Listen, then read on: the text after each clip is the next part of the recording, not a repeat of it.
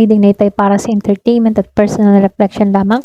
So, gamitin lamang yung mga mensaheng tutugma sa iyong situation. So, tingnan natin kung ano yung bagong chapter na darating sa iyong buhay ngayong August.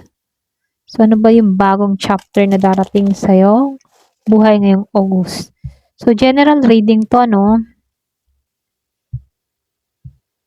Pangkalahatan, ika nga.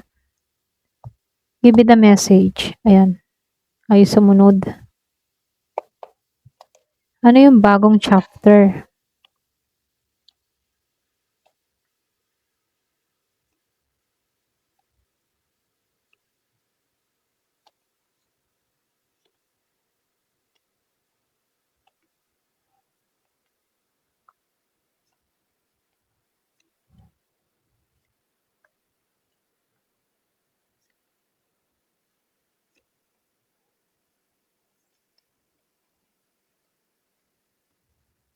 Ano ba yung bagong chapter na magbubukas sa buhay mo?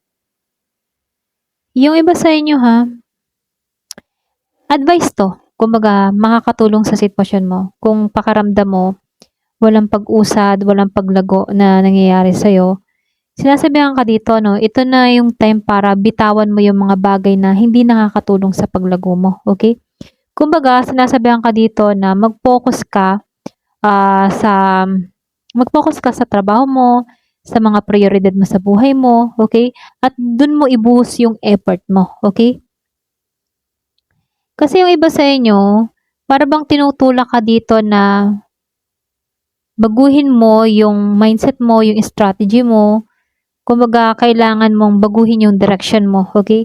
Para mas lalo kang lumago, umunlad dito, okay? Kasi lumalabas dito, may mga delay eh. Mabagal yung pag-usad ng iba sa inyo, okay? Pero ganun pa man, ano, huwag ka namang mabahala. Kasi meron ditong darating na hindi mo inaasahan, okay? Kumbaga yung mga nangyayari sa'yo, kahit mabagal yung sitwasyon na kinakaharap mo, may mga dahilan yan eh, kung bakit ganon, okay? Kung bakit nangyayari itong lahat ng to. Kumbaga sinasabihan ka dito, magtiwala ka lang. Ayan. So, bitawan mo na lang yung mga dapat bitawan, yung hindi nakakatulong sa sitwasyon mo. Yung nagpapa-stuck sa'yo. So, yun yung bitawan mo. Pwedeng mga bagay, tao, or pangyayari na hindi nakakatulong sa paglago mo. So, bitawan mo na yon. So, dito, Three of Pentacles and the Nine of Cups. Kumbaga, nagpapakita ito ng hindi pagkakaunawaan sa teamwork eh. Or sa collaboration, sa trabaho. Maring yung iba, may mga taong hindi tugma ang vision sa'yo, okay? Kaya mas magiging maingat ka sa pagpili ng makakasama mo. Kumbaga dito no, sa Nine of Cups, hindi lahat ng hiling ibibigay ng tunay na kaligayahan. Halimbawa, humiling ka tapos pakaramdam mo parang kulang pa rin. So dito, sinasabihan ka dito na yung August kasi, ito yung panahon para meron kang mapagtanto-tanto kung ano ba talaga yung ninanais mo. Kung ano talaga yung magpapasaya sa'yo, dun ka mag-focus, okay? Pwede nga iba sa inyo kahit may nakakamit kang achievement, para bang may kulang pa sa buhay mo. Parang hindi ka pa masaya. Hindi ka pa kontento. Ganon.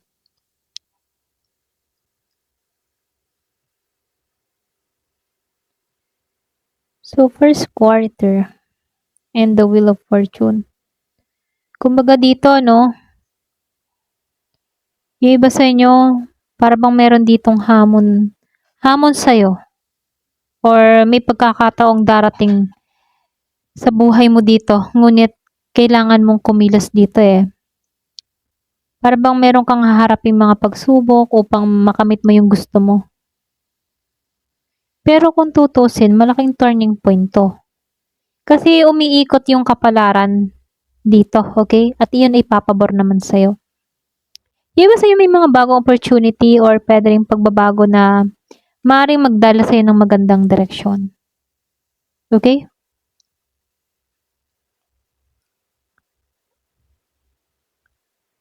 So, yung iba,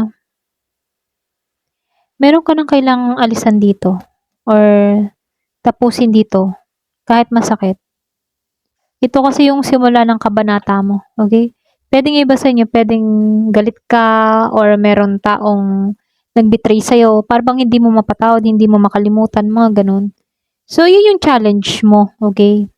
Kailangan mong tanggalan yun para meron ditong panibagong energy na pumasok sa'yo, okay? Kumbaga kailangan mo ditong matutunan na tanggapin na nangyari na 'to, nasaktan na at bitawan na 'to. Para yung pain na yun nasa nakaraan na. Huwag mo nang dalhin dito sa hinaharap, gano'n. So, dito 'no, yung iba sa inyo magiging kang matatag. Para bang ayan pasensya na utal ako. Magkakaroon ng linaw yung isip mo dito, para bang matututo kang, magtakda ng boundaries, ganyan. So, nakikita ko dito mas pipiliin mo na yung kapayapaan mo kaysa sa mga drama-drama sa buhay na yan, okay? Para bang matututo ka na, tama na yung drama na yan. Hindi na naman worth it yung drama na yan. Kailangan ko na mag-proceed sa next step ko, sa panibagong yugto ko. Ganon. Ganon yung energy mo. So, dito, no. Pero, alam mo, iwasan mo din yung sobrang, kampante. Yung tipong kampante ka, yun yung kasing nagiging paulit-ulit na routine mo, yung lumang routine mo kasi parang, ka lang, kampante ka lang, ganyan. Iwasan mo yung pagiging ganon. Kasi dito, ito na kasi yung panahon para baguhin mo yung mga nakasanayan mo. Halimbawa, for example, parang pa-easy-easy ka lang. Parang yun ang routine na ginagawa mo pero walang pag-usad. So, ito na yung time para baguhin na yung diskarte, baguhin na yung strategy. Kasi, ito din yung nagpapa-stuck dito eh. Kumbaga, kailangan mong baguhin yung hobby mo. Okay? Yung hobby na makakatulong sa buhay mo, sa kalusugan mo, ganun. For example, yung halimbawa, nakasanayan mo na kumain ng mga hindi healthy. So, ito na yung time para baguhin naman, okay? Kumain ka na ng mas healthy. Ayun. Okay? Ganun na yung sample ko dito. The Rising Sun Reverse and the King of Cups. Yung iba sa inyo, para ba nagdududa ka? Pakaramdam mo na walang tagumpay na paparating, ganun. Para bang kaya, mayroon pa kayang pag-asa, may tagumpay pa kayang darating sa buhay ko. Pero dito, huwag kang mawalan ng pag-asa, no? Di man ibig sabihin dito sa The Sun Reverse wala nang liwanag na darating. Oo, andun na tayo sa pagsubok, pero merong pagbabago. Hanggat buhay, may pagbabago, may pag-asa. Ganon. Kung tutusin, ikaw, mas parang emotionally mature ka, no? Maring ikaw yung taong kalmado, mabait ka, supportive ka, ganun. Ayan, pasensya nangangati ako. Kumbaga, para bang magiging mahalaga yung buhay mo. Ikaw yung klase ng tao na malambot yung puso, maalalahanin, ganun, mabait ka.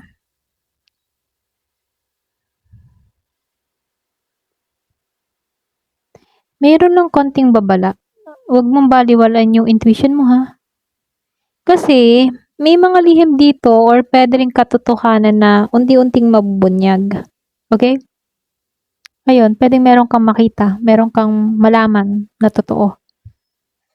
Meron kang matuklasan. Page of Cups. Yung iba sa inyo, meron ditong immature pagdating sa emotion. Pisces energy. Siya yung klase ng tao na kapag halimbawa nakagawa ng pagkakamali, hindi siya nagsusorry. Kumbaga, or pwede rin meron ditong Pisces na meron taong nagkasala sa kanya na hindi nagsusorry. Ganon. Kung sino man to. Okay? Kasi nakikita ko dito may nangako sa taong ito pero hindi natupad. Ito yung pinakamalaking pagbabago sa spread. Meron ditong biglaang pangyayari na gigiba sa luma, okay? Para bang nasira to, para merong dumating na matibay na pundasyon. Parang ganon. Para bang may nangyari sa inyo, merong pagsubok na dumating sa'yo, pero yung pagsubok na yon para ba mag-rise ka ulit. Ganon. Okay? Para tumayo kang muli. Ganon. Ganon lang yung nafe-feel ko dito. Para ba bumangon kang muli. Ganyan.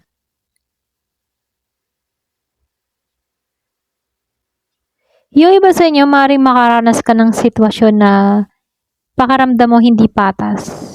Kumbaga, paalala rin ito na maging tapat ka sa sarili, okay? Huwag mong hayaang manaig yung sama ng loob. Kasi, pagkatapos kasi ng mga mabibigat dito, may pagbabagong paparating. Yung iba sa inyo, pwedeng meron din mga tao or mahal ka sa buhay na susuporta sa'yo. Kasi meron ditong masayang pagkikita. Yung iba sa inyo, pwedeng mga kaanak, kaibigan, dating kaibigan, may selebrasyon, may reunion, ganun. May magkikita. So, nakikita ko dito may partnership din paparating eh. Pwedeng bagong relasyon or pwede ring bagong yung pagkakasundo-sundo, ganun. Kaya lang nakikita ko dito, meron ditong mahalagang connection, excuse me, sa personal or sa trabaho. Kaya lang, yung iba naman sa inyo, kailangan mo munang harapin yung sakit dito, no? Meron kasing tao ditong nabigo, okay? Na kailangan maghilom. Ito yung paglilinis ng emosyon bago dumating yung bagong simula. Kailangan linisin mo yung iyong emosyon, yung pain na naramdaman mo, okay, kung meron taong nakapanakit sa'yo. Ito na yung time para tanggalan mo to, okay, para makapasok to. So, meron akong nakikitang magbabalik ha. Yung iba sa inyo may magbabalik, isang tao or pwede ring alaala or pagkakataon mula sa nakaraan. Maring simbolo din to ng healing or pwede ring pagyakap sa mas masayang bahagi ng sarili. Pwede rin yun.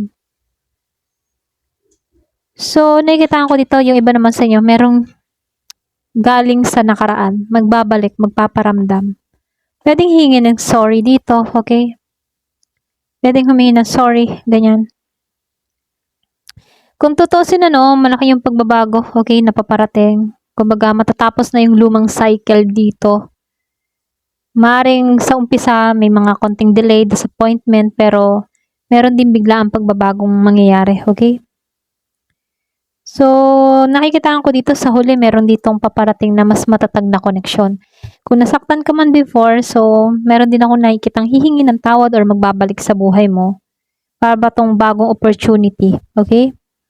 Kumbaga, nakikita ko dito yung August ay naging aral. Ito yung buwan ng araw. Buwan ng aral, ayan. Lesson, para bang meron kang matututunan sa buwan ng August. Kumbaga, dun papasok yung pagbitaw sa hindi para sa'yo, okay? Upang magkaroon ng espasyo para mas magandang kapalaran na yung parating. Para bang bibitawan mo na yung mga hindi karapat-dapat para sa'yo. Meron papasok ding bago sa buhay mo.